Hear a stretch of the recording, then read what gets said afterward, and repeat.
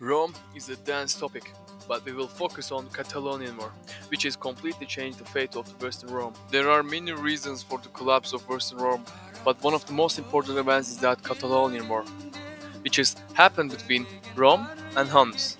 But first, let me give you a few brief pieces of information about Rome, before explaining how the Rome entered this war. After Caligula's assassination, being assassinated by your own man is become a really common thing. Speaking of the Roman army, military remains pretty much as Julius Caesar had left behind. The empire was living in the relative peace until the 68 AD. Aykut forcibly Nero commits suicide. This resulted in a crisis that was later called the Year of the Four Emperors. During the rule of Emperor Trajan, the empire reached its greatest extent. The next emperor, Marcus Aurelius, had to fight a prolonged conflict called the Marcomannic Wars against the barbarian tribes. But despite this, his reign is considered to be golden age for Rome. Then his son Commodus started his rule well, but later on his paranoia led to his assassination. And in 192, the year of the five emperors has begun. The winner of the ensuing struggle for power was Septimus Severus. This time was marked with an increase in the size of the military.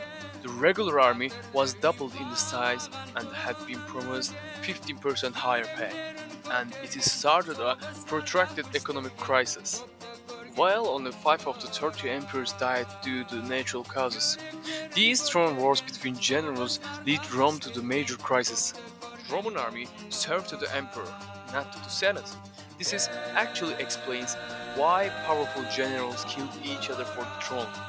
In the 370s, reports from the imperial border at the Danube River told of a terrifying new enemy, the Huns, who had arrived so swiftly that it seemed they came out of nowhere. In the 370s, they defeated the Alans and Goths, who lived in the north of the Black Sea, and this has probably caused a series of events known as the Great Migration, as many tribes were forced to flee to the west and enter the territory of the Roman Empire, either as the Allied Federati or the invaders. The Huns were settling down on the grasslands of their new home in modern-day Hungary. As the Hunnic realm was extremely decentralized, many of their warriors served as mercenaries for the Western Romans and Goths. They continued their raids into the Eastern Roman Empire, and the empire was forced the annual tribute. In 422, Western Empire was also having problems as civil wars, rebellions, and further invasions weakened it. They even reached Constantinople, so that Emperor Theodosius now forced to pay even more tributes to Huns. In 4045, Bleeded dies, possibly murdered by Attila, who becomes the ruler of the Hunnic realm. We don't know why, but in 4047, Attila invades the Eastern Romans yet again. Surprisingly, unlike other allies, the Huns received no lands within the Roman Empire. The war against the Western Roman Empire became inevitable when Eastern Romans refused to send tribute. Attila needed that income to pay his troops, and as he knew that Balkans were devastated and had little hope of taking Constantinople, he decided to invade Gaul instead. In the spring of 4051, Attila, joined by the Ostrogoths, Gepids, Alemanni, and others crossed the Rhine.